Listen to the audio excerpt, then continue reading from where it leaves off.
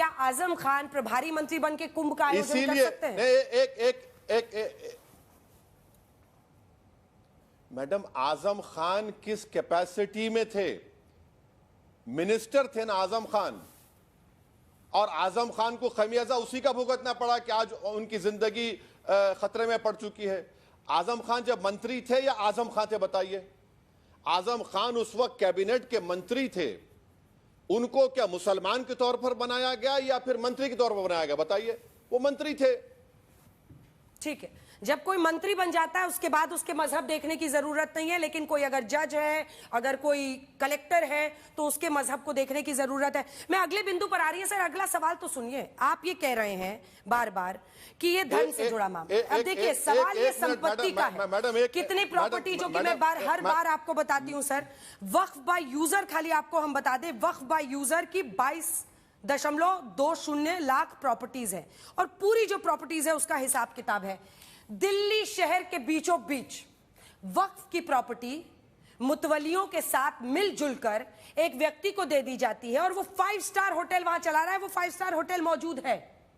अब ऐसे में आप बताइए कि 5 स्टार होटल के लिए कोई दान देता है? अगर कोई मुस्लिम व्यक्ति इस्लाम में वक्फ को मानकर वक्फ करता है जमीन, तो वो किसके लिए करता है? कि जो गैरतमंद, जिनको भी जरूरतमंद लोग हैं, उनको ये फायदा मिले इसका।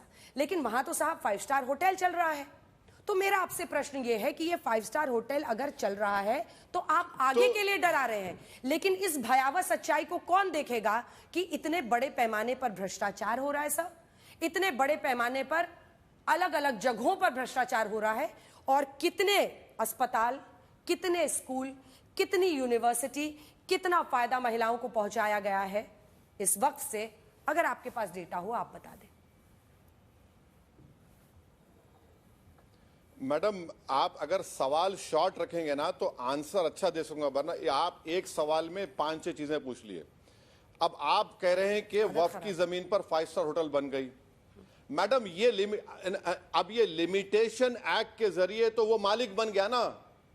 आप लिमिटेशन एक्ट, मोदी जी ने लिमिटेशन एक्ट अप्लाई कर दिया तो 5 स्टार होटल का मालिक हो गया वो। अगर लिमिटेशन एक्ट अप्लाई नहीं होता तो मैं उसके लिए लड़ता ना आज भी। अगर किसी ने गलती की तो हम तो लड़ते। आपने लिमिटेशन एक्ट अप्लाई करके आपने उसको दे दिया।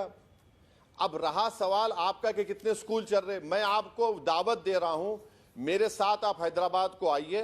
हैदराबाद से 2 घंटे के फासले पर गुलबर्गा है। मैं आपको आपके स्कूल कॉलेज सब देखा हुआ है। मैं इंडिया की बात कर रही हूं। सुन तो लीजिए, मैं इंडिया की बात कर रही हूं। अरे मैडम सुन तो लीजिए, मैं अपने कॉलेज की नहीं बात कर रहा हूं, सुन तो लीजिए आप। हैदराबाद से 2 घंटे के फासले पर गुलबर्गा एक इलाका है।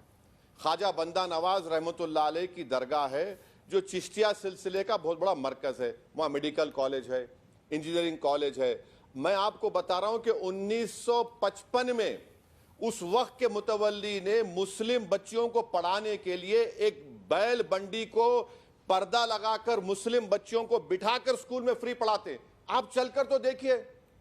आपको बीजेपी वाले एक नोट लिखकर भिजा रहे हैं, पूछो इनसे, पूछो ये कुछ नहीं। वाले भाई वो अंधे हैं, वो नफरत में डूबे हुए हैं। कम से कम आप उनके दिए हुए कागज को एक्सेप्ट मत करिए। वो खुदा का कागज नहीं है, वो झूठ का पलिंदा है। ऐसे कई वक्त प्रॉपर्टीज हैं जहां पर इंसानियत को फायदा हो रहा है। आप महिलाओं की बात कर रहे हैं, मैं आपको बोल रहा हूं 1955 में गुलबर्गा शहर में बंडी को पर्दा लगाकर बच्चियों को पढ़ाने के लिए घर घर जाकर लेकर जाते थे। तो ये झूठा प्रोपेगेंडा है। कोई प्रोपेगेंडा नहीं है सर, आपके पास कोई डेटा नहीं है। आप हैदराबाद और हैदराबाद के बाद गुलबर्गा पहुंचे, उससे ज्यादा आप नहीं बता पाए, आप मुझे नंबर्स नहीं दे पाए। मैं तो पूछ रही हूं ना सर, कितने हॉस्पिटल्स, आप नंबर दीजिए। और ये 1-2 नहीं, दशकों के हिंदुस्तान में वक्फ की गई जमीन से कितने अस्पताल। सच्चर कमेटी ने क्यों कहा था सर, जिस सच्चर कमेटी को आप बार बार कोट करते हैं, उन्होंने कहा था कि 10 लाख करोड़ का फायदा हो सकता है, प्रॉफिट हो सकता है, 10% प्रॉफिट हो जाए तो। सच्चर कमेटी ने कहा था ना सर। मैडम मैं आज के ऑर्डर के बाद ऐसा लगता है कि आपको ज्यादा तकलीफ हो रही है, मगर सुन तो लीजिए। सच्चर कमेटी ने क्या कहा था? आप पढ़ते नहीं है ना सच्चर कमेटी को। सच्चर कमेटी ने कहा था कि पब्लिक प्रीमाइसेस एविक्शन एक्ट का पावर वक्फ बोर्ड को दीजिए, आपने नहीं दिया। सच्चर कमेटी ने कहा था कि दिल्ली 120 प्रॉपर्टीज जो सरकार के कब्जे में, जिसकी कीमत 7,000 करोड़ 2008 में, दीजिए, आपने नहीं दिया। सच्चर कमेटी ने कहा था कि 180 वक्फ प्रॉपर्टीज इलीगल ऑक्यूपेशन में एएसआई के वापस करिए, आप वापस नहीं करते। सच्चर कमेटी ने कहा था कि उर्दू नोइंग ऑफिसर होना चाहिए, आप ज्वाइंट सेक्रेटरी को अपॉइंट कर रहे हैं ताकि कोई मुसलमान ना बने। मैडम, सच्चर कमेटी के ये सब रिकमेंडेशन गवर्नमेंट भूल जाएगी और बाजा बजाएगी जो उनको सूट करेगा। सच्चर कमेटी को मैं आज आपको कह रहा हूं कि आप इस प्रोग्राम को खत्म कर दीजिए, आप सच्चर कमेटी की रिपोर्ट लेकर बैठिए, मैं आपको पेज नंबर बोलता जाऊंगा। जितने 180 प्रॉपर्टीज एएसआई के, 120 प्रॉपर्टी दिल्ली के, सच्चर कमेटी के आखिरी 10 पेजेस में है। चैप्टर 10 उठाकर देख लीजिए। सच्चर कमेटी ने इंदिरा गांधी का लेटर छापा था कि पूरे स्टेट्स को जितने उनके ऑक्यूपेशन में गवर्नमेंट प्रॉपर्टीज है, वक्फ बोर्ड को वापस करो, आप उसको भूल जाते हैं। तो सच्चर कमेटी को कन्वीनियंट किताब तो नहीं है कि सरकार को जो मुझे दिखा अच्छा कर ले मैं खा लूंगा, और जहां पे उनको तकलीफ हो रही है उसको मानूंगा नहीं मैं। जो लोग खा रहे हैं वक्फ के नाम पर जमीन, उनका क्या इलाज है फिर? मैं जवाब दूं मैडम, मैं जवाब दूं? आप ही ने कहा था छोटा सवाल पूछिए। आप सुनिए उसका जवाब। हाँ मैडम, उसका जवाब एक ही है कि लिमिटेशन एक्ट क्यों अप्लाई कर रहे हैं आप। मैडम, अगर कोई कब्जा करके बैठा है वक्फ की जायदाद पर, उसको तो नरेंद्र मोदी आज से वो मालिक बन जाएगा, वो म्यूटेशन कराएगा जाकर। अरे भाई, आप हिंदू धर्म के ऊपर लिमिटेशन एक्ट अप्लाई नहीं होता मैडम। आप लिमिटेशन एक्ट अप्लाई कर कह रहे हैं कि तू 12 साल से काबिज है, तू मालिक बन जाएगा। अरे भाई, क्यों दे रहे हैं उनको आप? यही तो हम कह रहे हैं कि आज की तारीख से मालिक बन जाएगा। इवैक्यू वक्फ प्रॉपर्टीज में कई काबिज हैं, सरकार के पास जाएगी, सरकार उनको मालिक बना देगी। नुकसान किसका हो रहा है मैडम? वक्फ बोर्ड का नहीं हो रहा तो किसका हो रहा है बताइए?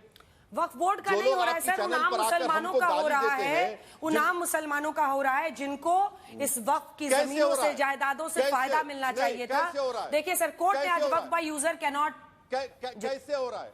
नहीं, गलत नहीं है सर, सही है। आप बताइए, आप मुसलमान हम लोग सड़कों पर भी लोगों से मिलते हैं सर। असदुद्दीन ओवैसी साहब, देखिए सर, लड़ने के लिए तो बैठे नहीं है सर, लेकिन एक दूसरी राय भी है जो आपको सुननी चाहिए। हम लोग भी लोगों के बीच में जाते हैं और जब उनसे पूछते हैं कि आपको वक्फ की जमीन से, वक्फ बोर्ड से कुछ फायदा मिला है, अनेकों मुसलमान हमें मिलते हैं सर जो डिनाई करते हैं कि उनको आज तक कोई भी फायदा नहीं मिला है। इस ऑफिस में ही अनेकों मुस्लिम है जिनसे मैंने पूछा, उन्होंने सीधा एक लाइन में कहा आज तक नहीं, मैम कोई फायदा नहीं मिला है, हमें तो पता भी नहीं क्या करते हैं वो। उनके लिए क्या जवाब है आपका? मैडम देखिए मैडम, आपके चैनल पर आपने एक जोकर को लाके बिठाया है। BNSS में मैं डिफॉर्मेशन में उसको खींचूंगा, उसको हैदराबाद का शॉपिंग मॉल दिखाऊंगा, शॉपिंग कराऊंगा, छोड़ूंगा नहीं उसको। ये आकर बैठकर गवर्नमेंट की तबलची बनकर तारीफ करना अलग बात है, मगर सच्चाई को बयान करो। मैडम, मैं आपसे कह रहा हूं कि वक्फ बोर्ड से आप कह रहे हैं कि ये नहीं हुआ, वो नहीं हुआ। अरे भाई, आप सच्चर कमेटी ने 2014 में मुख्तार अब्बास नकवी ने इलीगल ऑक्यूपेंट्स को निकालने के लिए बिल इंट्रोड्यूस किया, क्यों मोदी सरकार ने उसको वापस ले लिया? लिमिटेशन एक्ट क्यों अप्लाई कर रहे हैं आप? वक्फ बोर्ड से फायदा नहीं पहुंचा। आप देखिए, एक माइनॉरिटी मिनिस्ट्री में कौमी तरक्याती स्कीम है, 2022 में 17 करोड़ दिया आपने, 1 करोड़ खर्चा नहीं हुआ मैडम उसमें सरकार की तरफ से। उससे रेवेन्यू बढ़ता था वक्फ बोर्ड का, उसकी इनकम बढ़ती थी। 10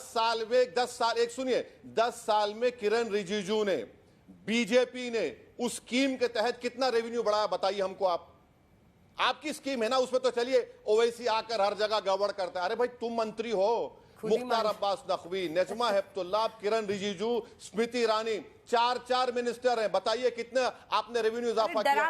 ये तो आपको करना था ना।